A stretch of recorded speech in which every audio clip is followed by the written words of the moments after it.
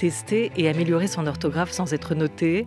Avec Rachid Santaki, nous vous proposons une dictée et sa correction à faire seul ou en famille, munie d'un papier et d'un crayon. En compagnie aujourd'hui de la comédienne, metteur en scène Valérie Lessort. Une dictée à suivre maintenant sur l'antenne de France Culture, en vidéo sur le Facebook de la chaîne et à retrouver plus tard, si vous le souhaitez, sur le fil de vos podcasts. France Culture, la dictée géante de Rachid Santaki avec Olivia Gesbert. Et bonjour Rachid Santaki. Et bonjour Olivia. Et comment ça va ? Et ça va très bien. Bonjour Valérie. Bonjour. Qui ? Quoi ? Comment ? Présenter notre invité avant de... Pardon, je suis désolé. C'est le mystère qui est en train de régner. Non. Non, c'est vrai que je viens de le dire en fait. Avec nous aujourd'hui pour cette dictée, la metteur en scène, comédienne et plasticienne Valérie Lessort. Bonjour. Bonjour. Bonjour Valérie. Bonjour, enchantée. Dans un duo complice avec Christian Eck, elle vient de monter Le Voyage de Gulliver au Théâtre de l'Athénée à Paris jusqu'au 28 janvier, puis à Lyon, Fribourg, Nice en février, à Caen, Châlons en Champagne, Évreux ou encore Nevers en mars. Bref, une tournée dans toute la France pour cette libre adaptation de Jonathan Swift. Un voyage en Lilliputienne, interprété par des comédiens mi-choses, mi-humains, des êtres hybrides, un vrai jeu de marionnettes. Voilà pour cette pièce que vous avez imaginé, ce voyage de Gulliver, mais précisons d'abord peut-être que vous récidivez après 20 000 lieues sous les mers de Jules Verne. Comment vous choisissez les sujets qui vont faire l'objet d'une adaptation, ceux qui vous plaisent en fait? Ça tient à quoi, Valérie Lessort? Je crois que ça tient au merveilleux, ça tient à l'aventure. Visiblement, mais ça on s'en rend pas compte tout de suite, on aime bien choisir des romans qui sont extrêmement compliqués à adapter au théâtre, parce que ce n'est absolument pas théâtral, ni 20 000 lieues sous les mers, ni Le Voyage de Gulliver. On choisit aussi des œuvres qui peuvent nous permettre et le mouvement du corps et du comédien, puisque ça c'est un peu la partie de Christian Eck, c'est sa spécialité, il bouge beaucoup, et aussi du visuel, puisque moi je suis plasticienne, donc c'est un espèce de mélange de mouvements et très chorégraphié et de visuel. C'est quoi un texte théâtral? Celui-ci ne l'étant pas, vous le disiez. Je sais pas comment Enfin, une pièce qui a été écrite pour le théâtre, ça voilà. mais en prose. En quoi celui-là est particulièrement compliqué à adapter? Est-ce que c'est parce qu'il y a une multitude justement de décors, que le mouvement est permanent, qu'on est de l'ordre de l'imaginaire et que ça pourrait entraîner, on l'imagine, une multitude d'éléments, de décors, de motifs? C'est ça? Qui semble difficile à réduire sur la scène? Très difficile à réduire, c'est très compliqué, tout est absolument chorégraphié. Déjà, le pari, c'est normalement, dans le roman, je pense que les petits Lilliputiens doivent faire 15 cm, pas plus. Là, on atteint 50 cm avec le système qu'on utilise, qui est donc la marionnette hybride. Donc, une marionnette hybride, c'est la tête du comédien et il a un petit corps de marionnette. Et on utilise le théâtre noir, qui est un couloir de lumière dans lequel on ne rentre que sa tête et le petit corps de la marionnette, et tout le reste de son corps qui est en noir avec un fond noir est totalement invisible. C'est vous qui l'avez labellisé, cette idée de la marionnette hybride, des êtres hybrides? Je crois que c'est vieux comme méthode, et ça se faisait, je crois, en Russie, en Inde, et nous on a travaillé tous les deux avec Philippe Gentil, c'est un peu notre maître, enfin en tout cas c'est avec lui qu'on a découvert beaucoup tout cet univers visuel de marionnettes. Et lui, il a pris cette méthode-là, mais il a mis du théâtre noir. Donc, il a effacé le corps du manipulateur. Ce que vous faites, effectivement, ce qu'on retrouve sur la piqué, scène. Ouais, cette idée-là, et ça marche très très bien. En quoi ça consiste donc à fondre le corps habillé en noir du comédien avec le décor. Et qu'est-ce que ça permet surtout, ce théâtre noir ? Ce procédé? Ça permet déjà, la marionnette permet de faire des choses que notre propre corps ne pourrait jamais faire, c'est-à-dire on peut faire des sauts, on peut voler, on peut faire apparaître des objets, les faire disparaître d'un coup. Je crois que ça permet beaucoup de rêves. Nous, on a vraiment traité ça comme un peu un livre pop-up où il y a des décors qui apparaissent, qui s'en vont, un peu comme des toiles peintes qui rentrent. Donc, c'est très propice à l'imaginaire. Très compliqué Il faut s'entendre extrêmement bien entre nous, puisqu'on se manipule les uns les autres. Il y a toujours, quand on joue un personnage, on fait sa tête, ses mains, il y a quelqu'un qui fait les pieds ou quelqu'un qui fait les mains et l'autre qui... Donc on joue en fait en permanence à deux. On n'est jamais seul. Donc c'est assez joli en fait ce qui se passe derrière parce que c'est vraiment le théâtre poussé à son extrême. C'est 1h15 de représentation, mais c'est épuisant. On n'arrête pas. On rampe, on pousse des cubes, on pousse les décors, on ouvre les rideaux et on travaille main dans la main avec la technique. Et vu qu'on n'a plus qu'un petit visage pour s'exprimer, le son est extrêmement important parce qu'il fait croire aussi, la lumière évidemment. Enfin voilà, c'est un bel hommage au théâtre. Alors c'est vrai que ces corps de marionnettes sont actifs, ils sont en mouvement, ils sont téléguidés, mais vos visages, alors là c'est quand même un feu d'artifice d'expression et vous en jouez beaucoup, surtout pour cette petite population, ce peuple des Lilliputiens que l'on retrouve en ce moment sur la scène du théâtre de l'Athénée à Paris pour ce voyage de Gulliver que vous avez pensé, imaginé, Valérie Le Sort. Alors qu'est-ce qui leur arrive à ces pauvres Lilliputiens? Ils voient débarquer chez eux sur leur île Gulliver, échoué là. Et on va rapidement comprendre qu'ils sont opposés, en guerre avec le peuple d'à côté pour une sombre histoire d'œuf, tragique. En fait, c'est une satire sociale à la base qu'a écrit Jonathan Swift. C'était pas du tout pour les enfants. Après, le fait que ce soit justement avec ces petits bonshommes, c'est vite devenu un conte, mais à la base, c'est une satire sociale. Donc, c'est sur l'absurdité de la guerre, c'est aussi sur la tolérance, puisque Gulliver est un intrus et que c'est lui qui n'est pas normal au final. Il est le géant. Voilà, c'est le géant. Donc, ils sont en guerre avec les Bléfescudiens. Les Bléfescudiens sont des gros boutiens et les Lilliputiens des petits boutiens. C'est-à-dire qu'ils mangent les œufs par le petit bout de l'œuf, les œufs à la coque, et les Bléfescudiens par le gros bout. Voilà, ils se font une guerre sanglante, parce qu'ils sont très cruels. On est très rigolo comme ça, avec nos petits corps, c'est très coloré, mais on voulait vraiment garder ce côté cruel aussi de ce conte, qui n'est pas un conte. Oui, il y a un petit côté Vendredi ou la vie sauvage aussi pour ce Gulliver qui débarque là. Une parabole du pouvoir, et vous le disiez parce que pour Swift déjà, au moment de l'écriture de ce livre, de ce conte, c'était déjà une satire et une dénonciation de l'Angleterre de l'époque. On est au 18e au moment de l'écriture de ce roman, d'où le choix du fantastique qui lui permettait à lui, à travers ce récit d'un voyage imaginaire, d'en dire plus. C'est intéressant parce que le roman, l'aventure, ces aventures de Gulliver, ce voyage, ont d'abord été écrits, je crois, en 1721, d'abord été publiés une première fois, mais modifiés, tronqués, un peu censurés par l'éditeur, et publié en 1726 sous cette forme-là, avant une version complète qui sort quelques années après, en 1735. Vous avez juste choisi, vous, dans la pièce, de vous concentrer sur le premier voyage. Ça aurait été trop long mais on peut imaginer une suite ? Ça aurait été trop long et trop fatigant. Pour le moment, on va faire une pause avec les choses compliquées, parce que les géants, tout ça c'est compliqué. Pas de pause, parce que là, vous êtes parti pour une longue tournée quand même qui va vous amener jusqu'à l'été. On va en profiter. Et avant d'imaginer une suite, qu'est-ce que vous avez choisi pour la dictée du jour, Rachid Santaki ? Alors, j'ai été feignant, je peux me permettre. Je ne suis pas parti loin, je suis resté avec Gulliver. Donc, j'ai choisi un extrait du voyage de Gulliver.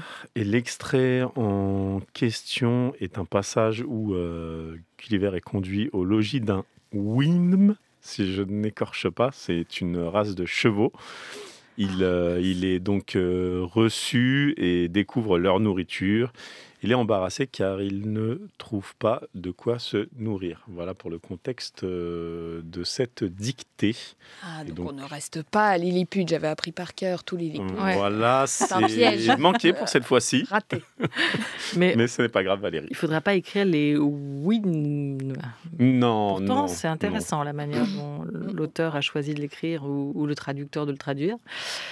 Précisons d'ailleurs, je crois que les voyages de Gulliver sont publiés, réédités, notamment chez Flammarion.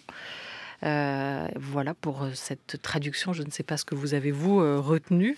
On le mettra sur le site de la dictée Rachid Santaki sur franceculture.fr pour la version qui a été choisie donc pour cet extrait des voyages de Gulliver de Jonathan Swift. Est-ce que vous êtes prête, Valérie Le Sort ? Je suis prête. Bon, vous avez une feuille, un crayon. J'ai tout ce qu'il faut.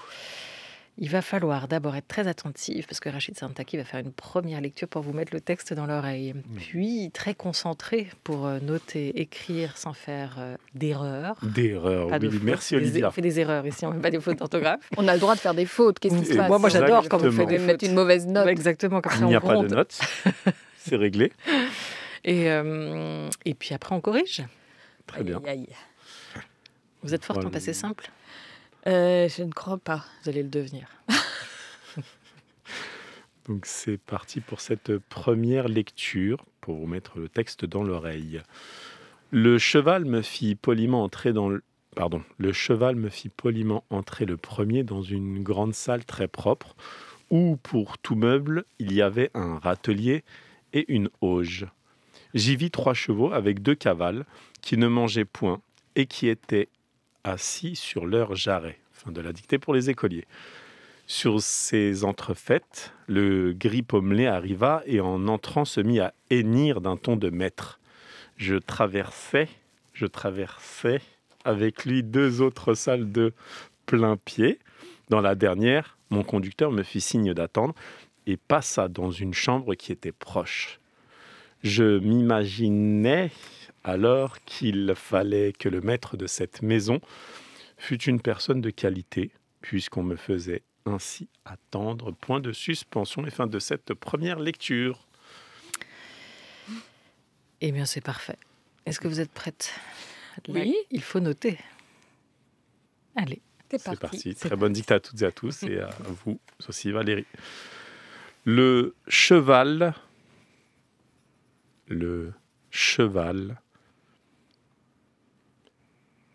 me fit poliment.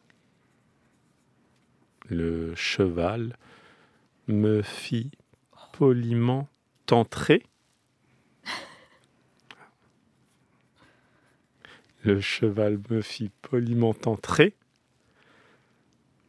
Le premier dans une grande salle. Le cheval me fit poliment entrer. Le premier dans une grande salle très propre, virgule. Dans une grande salle très propre, virgule.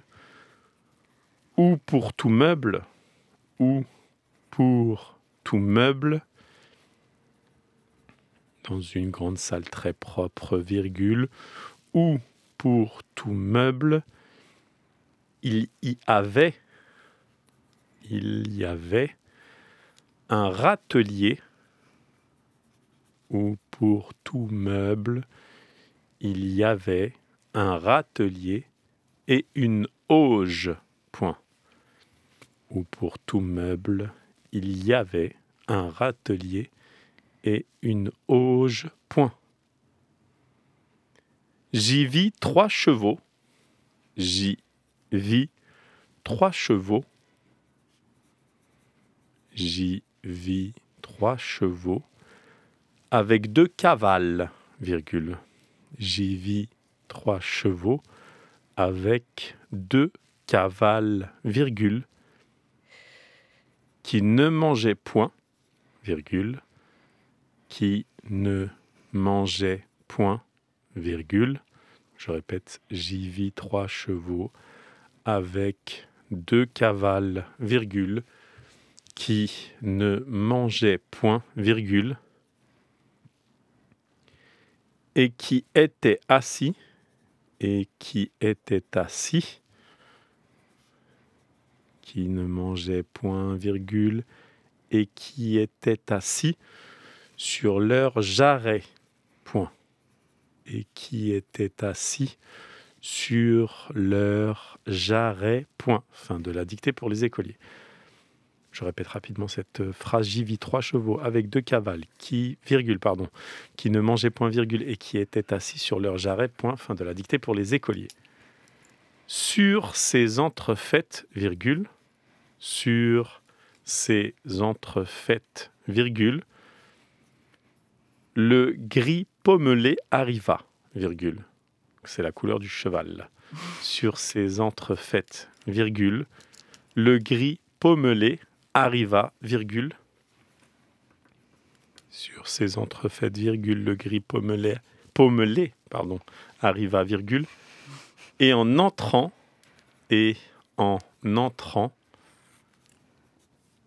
se mit à hennir. Et en entrant, se mit à hennir d'un ton de maître, point. Sur ces entrefaites virgules, le gris pommelé arriva, virgule, et en entrant, se mit à hennir d'un ton de maître, point. D'un ton de maître, point. Je traversais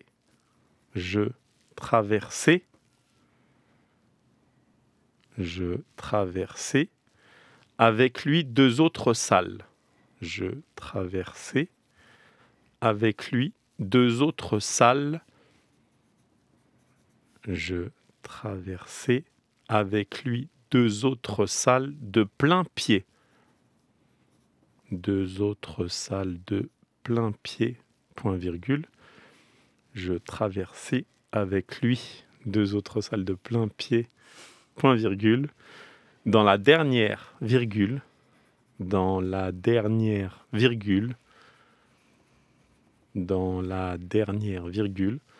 mon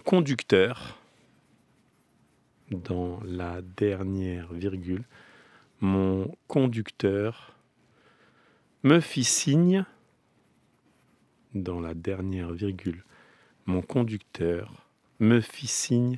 d'attendre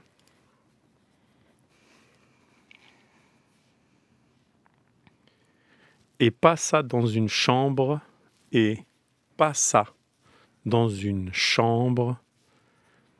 Je répète, mon conducteur me fit signe d'attendre et passa dans une chambre qui était proche. Point.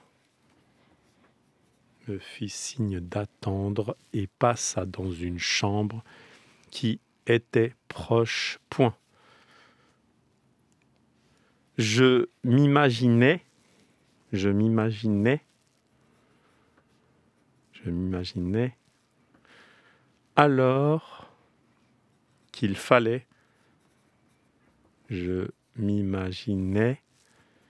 alors qu'il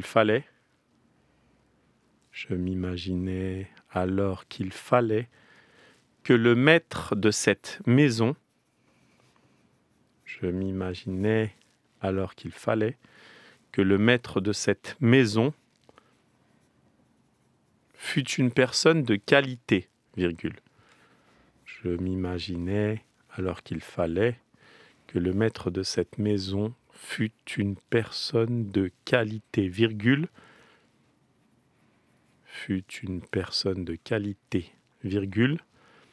Puisqu'on me faisait ainsi attendre, point de suspension. Je répète, que le maître de cette maison fût une personne de qualité, virgule, puisqu'on me faisait attendre, puisqu'on me faisait ainsi attendre, point de suspension. Je vais y arriver. Et fin de cette deuxième lecture. Olivia, nous passons à la correction. Je lis rapidement. Non, c'est pas facile. Ah, ça, c'est vous qui nous dites, Valérie. Est-ce que c'est une relecture pour cette dictée? Non, je crois pas. Hein. Tout va bien. Le sens est assez clair. C'est juste que les fautes seront les mêmes, mais on relit. Voilà. Pas sûr.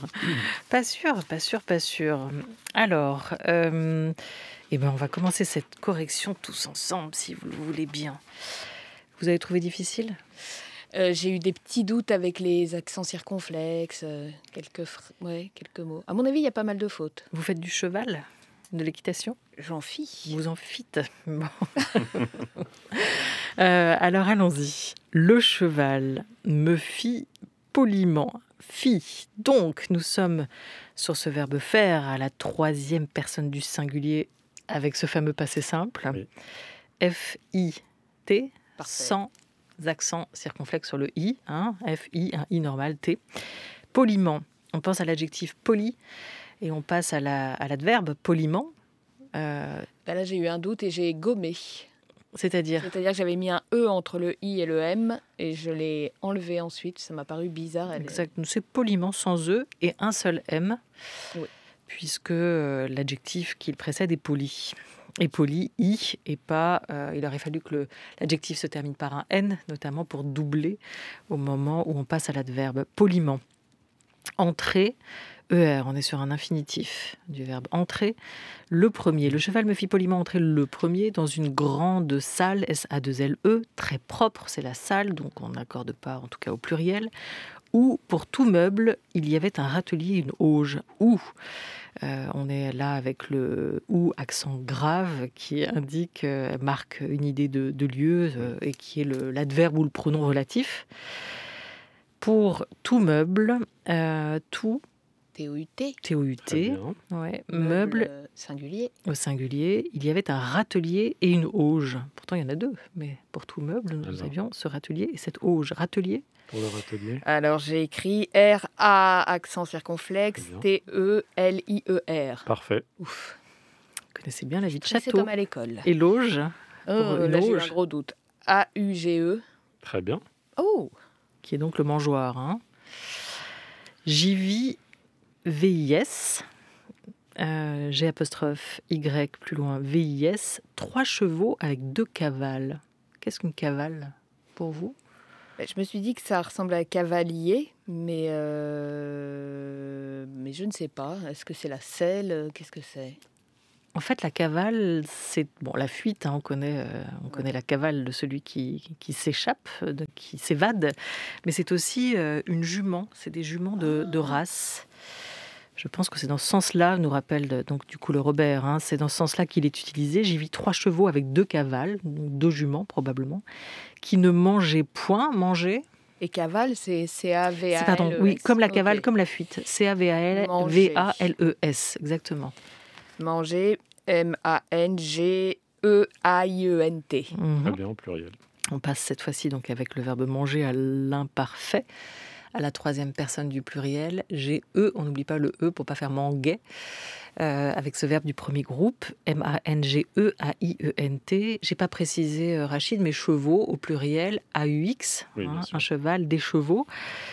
Qui ne mangeait point, alors attention, point P-O-I-N-T tout simplement, Oui. et qui était A-I-E-N-T, on est toujours assis sur leur jarret, donc on est toujours avec nos amis les chevaux, assis sur leur jarret, assis A-2-S-I-S, jarret au pluriel. Je ne sais pas si vous l'avez choisi comme non. tel, Valérie. Non, elle avait qu'un seul jarret, moi, le mien. Chacun sur le sien, mais sur les jarrets. Et c'est J-A-2-R-E-T. S, du coup, exactement, S. parfait. Ouais. Et donc les jarrets, c'est l'endroit où se plie la jambe. Qu'est-ce que je fais? Je me mets des petits... Pas de notes, non. Mais je me corrige quand même. Je peux Oui, corriger. bien sûr. Petite croix dans la marge. peut-être, Ouais. hein. On Vite, peut hein. faire comme ça. Vous êtes dur en affaires. C'est quand même bien après de pouvoir faire un petit peu le point ou le bilan de cette dictée. Jarret, donc avec des S pour ce mot. Ça se mange hein, aussi, non? Ou pas, Rachid? Bon, Je bref. n'ai pas eu l'occasion d'en manger. De porc. Sur ces entrefaites, le gris pommelé arriva. Alors, entrefaites. Valérie le sort. Aïe, aïe, aïe. Hmm. Là, je pense que j'ai fait une faute.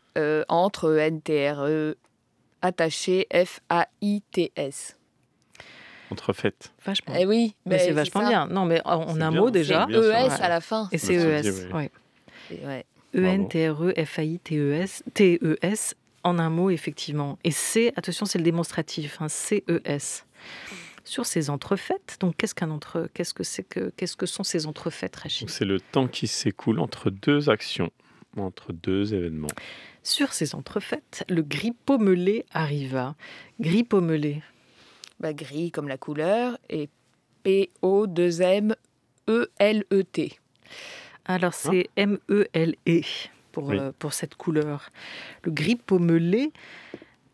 Alors moi, je suis allée chercher, je ne connaissais pas, La je couleur, les vous avoue. chevaux, c'est chevaux gris. Ouais, c'est une nuance de gris, une Ouais. des 50 nuances de gris pour la robe du cheval.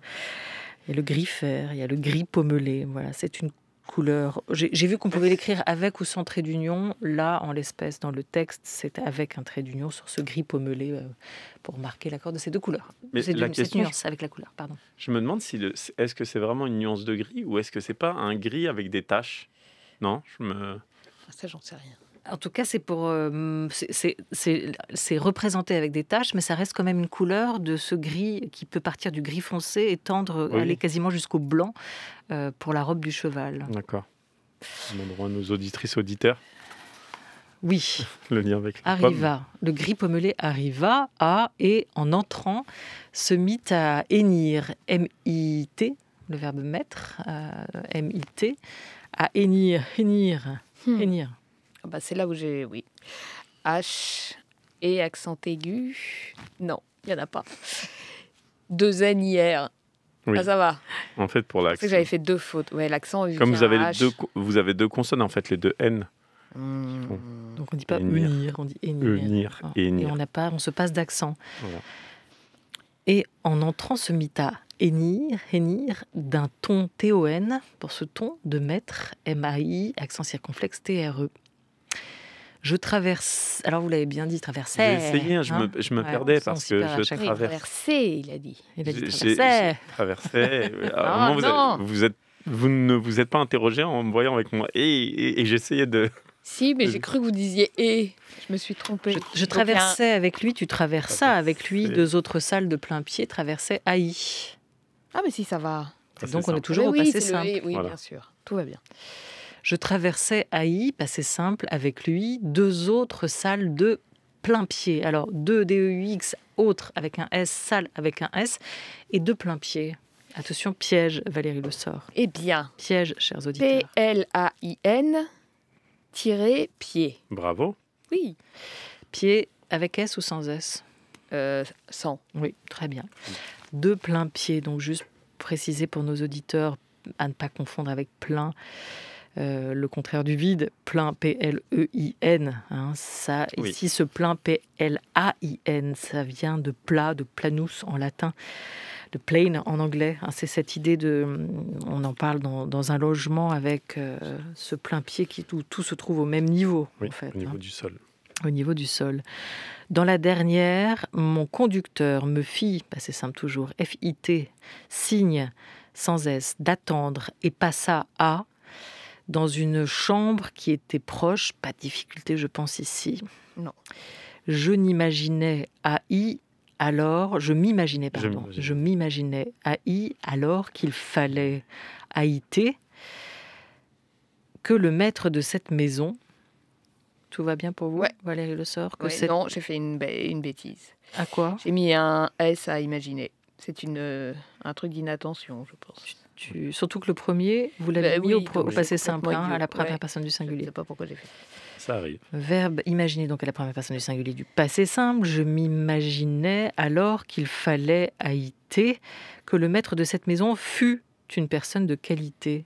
Comment vous J'ai mis un l'écrivez? accent circonflexe, F-U-T. Exactement, parce qu'on est cette fois à la 3e personne du singulier de l'imparfait du subjonctif. Donc, on n'oublie pas l'accent circonflexe sur le fut.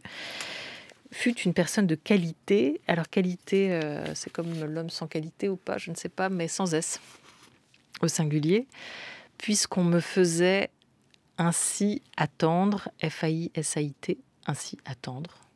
Pas de difficulté. Bravo. C'était rigolo. Vous en êtes très bien sorti d'ailleurs. J'ai fait 1, 2, 3, 4, 5, dont une qui est idiote. Quand même. Pourquoi les 4-5? Ah oui, le entrefait, le... Hennir, Ah oui, le hennir. pas entrefait, facile. Le jar- pommelé quand même. Et oui, jarret. Et le imaginer, qui compte pas. À la Ah, relecture, il aurait disparu. Vous voyez, Oui, c'est vrai. il faut toujours se relire, nous dirait Rachid Santaki. Et merci beaucoup Valérie Le Sort de vous être prêtée à cette dictée. Je rappelle pour les auditeurs que l'intégralité du texte est à retrouver, comme on passe un peu vite sur certains mots, Oui. sur le site de la dictée sur franceculture.fr, au bon soin de Corinne Amar. Valérie Le Sort, vous mettez aussi en scène un autre spectacle. Alors que moi, j'ai pas pu aller le voir, vous allez nous en dire 2 mots, au Théâtre du Petit Saint-Martin à Paris. C'est Marilyn, ma grand-mère et moi. Oui, de Céline Milla Baumgartner, qui a écrit le texte et qui joue, avec un pianiste qui s'appelle Manuel Peskin. C'est vraiment un autre univers, mais il y a quand même un univers visuel, et elle compare en fait le destin de sa grand-mère et de Marilyn, et d'elle-même en tant qu'actrice. C'est assez féminin, c'est très joli. Et c'est donc jusque... Et là, c'est vous qui l'avez écrit au ou Petit c'est une Saint-Martin. adaptation? C'est elle qui l'a Ah, écrit. c'est elle qui l'a écrit. Oui. D'accord. Vous mettez en scène et vous J'ai scénographiez fait la scénographie. Ouais. pour cette pièce où vous n'êtes pas, puisque vous êtes bien occupé le reste du temps avec vos Lilliputiens. J'ai pas précisé que vous jouez dans Oui. cette pièce, Le Voyage de Gulliver. En revanche, vous êtes sur scène aussi. Vous interprétez la reine Cachassa. Qui Cachassa. n'est pas dans le roman, puisqu'il n'y a pas beaucoup de rôles féminins dans le roman. Vous l'avez bien Je me campé, rappelle. celui-là, en vous l'imaginant. Hein. Elle est gratinée, votre reine. Assez audacieuse. Et c'est la reine de l'effeuillage. Ça existe aussi chez les Lilliputiens, des reines qui aiment le striptease, en tout cas. Oui, c'est feuillé, c'est vraiment C'est comme ça. ça. Avec Danser des de manière un plumes. peu olé olé, ouais, pour tenter de séduire son géant de Gulliver. Eh bien, ça ne marchera pas, mais ça, on n'aurait peut-être pas dû le dire. Merci beaucoup à vous, Valérie Lesseur, d'avoir été avec nous. Merci. Merci mille fois. Merci, un grand merci. Pensez amitié à votre duo, Christian Eck, qui a mis en scène cette pièce avec vous, que vous avez adaptée. Donc, Le Voyage de Gulliver, à voir en ce moment à Paris, avant tourner dans toute la France. Merci Rachid Santaki. Merci Olivia, et encore merci Valérie. Merci. Un grand merci à Corinne Amar qui a préparé cette émission. Merci beaucoup à Midia Portis-Guérin qui la réalise chaque semaine. À la technique aujourd'hui, c'était Dimitri Paz avec Jordan Fuentes à la vidéo. Très belle fin de journée à tous sur France Culture.